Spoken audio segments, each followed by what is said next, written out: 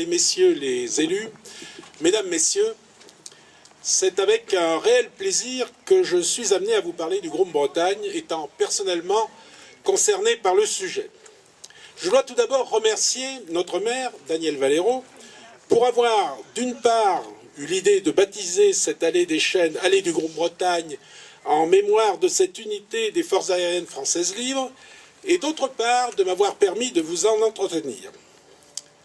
Après le 18 juin 1940, l'appel du général de Gaulle et la fondation de la France libre, si l'Afrique du Nord et l'Afrique occidentale française rejoignent l'État français de Vichy, Félix Éboué, gouverneur du Tchad, et l'Afrique équatoriale française se rallient à la France libre.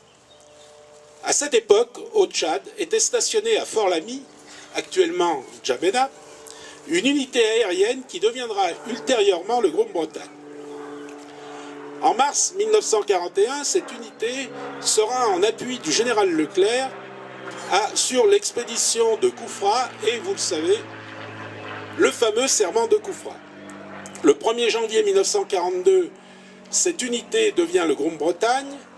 De février à mars 1942, elle participe à la deuxième campagne du Faisan, toujours avec le général Leclerc. Et de décembre 1942 à janvier 1943, à la deuxième campagne du Faisan. Le Grande-Bretagne sera alors stationné à Ben Gardan, dans le sud tunisien. Aussi incroyable que cela puisse paraître, en pleine guerre de reconquête, cette unité opérationnelle sera oubliée de février à août 1943 en plein désert. Finalement, le 20 octobre, le Grande-Bretagne rejoindra Châteaudun-du-Rumel en Algérie, à l'ouest d'Oran, pour constituer avec les groupes Maroc et Gascogne la 31e escadre de bombardement maraudeurs. C'est à cette époque que mon père, le jeunassien, Marcel Rochex, évadé de France, libéré du camp de concentration de Miranda en Espagne franquiste, rejoindra le Grande-Bretagne. Début avril 1944, la formation fera mouvement sur Villacidro, en Sardaigne, au nord-ouest de Cagliari. Ce sera la campagne de France, d'Italie, pardon, et puis à partir du 6 août 1944, la campagne de France. Le 15 août 1944, débarquement en Provence. Le 28 septembre, mouvement sur Istres. Et en novembre 1944, mouvement sur Lyon-Bron. Le Grande-Bretagne sera cantonné à Genasse. Les grandes maisons, qui avaient déjà été réquisitionnées par les Allemands, furent occupées par les équipages du Grande-Bretagne, qui compte alors 363 personnes. Le château de Veynes, ici, où se tenait le mess des sous-officiers. La Collandière, pour les officiers, bien sûr. Et la maison Jeunesse, pour le mess, c'était le mess de la troupe. Par ailleurs, plusieurs jeunassiennes succombèrent au charme de ces aviateurs héroïques. Suzanne Baluffin deviendra Madame Brun, Josette Desreaux, Madame Ledé, Odette Giraud, Madame Laborie, André Laliche, Madame Gervaux, et Yvonne Calamar, Madame Casul. Remercions Annie Dargaud et Paul Pervenguer pour toutes ces précisions. Sur le plan militaire, ce seront les missions en Allemagne. La 100e mission sera fêtée à Lyon-Bron le 16 février 1945.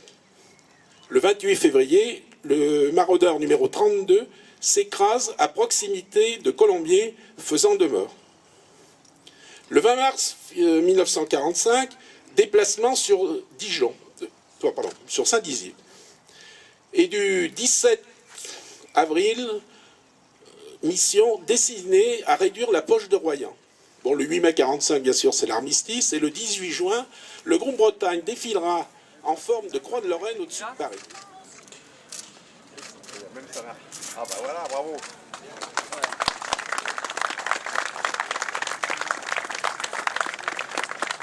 Je dois signaler que normalement, si on ne m'a pas trompé, il y a le même de l'autre côté, à chaque entrée du parc. Regardez-le. Ah, pardon. Oui.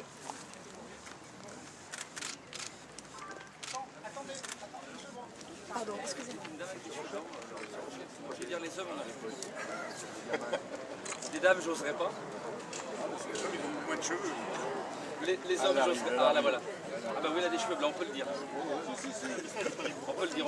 On a discuté un moment. Sa sœur qui s'est mariée avec un... Elle a pas une de ses filles. Combien t'as quoi? Dans la vie, t'as combien? Alors, Faut mettre, c'est bon? faut mettre 3, mais moi, tout possible.